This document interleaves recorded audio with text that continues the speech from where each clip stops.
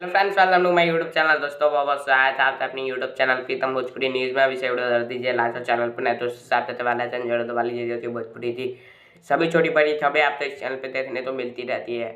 तो दोस्तों बता दूं खेसारी लाल यादव का एक और ब्लॉकबस्टर गाना अभी 6:30 बजे SRK म्यूजिक पर रिलीज हो रहा है, जिस गाने का नाम है साहेब खेसरिया आवारा नहीं है। खेसारी लाल यादव ने गाया है और सुबह 6:30 बजे SRK म्यूजिक पर आ रहा है। और सबसे बड़ी खुशखबरी थी दोस्तों, दुल्हीन वही जो पिया मन भाई। जी हाँ दोस्तों, दुल्हीन वही जो पिया मन भाई फिल्म का एक गाना था, तमारा से सड़िया खुल जाई।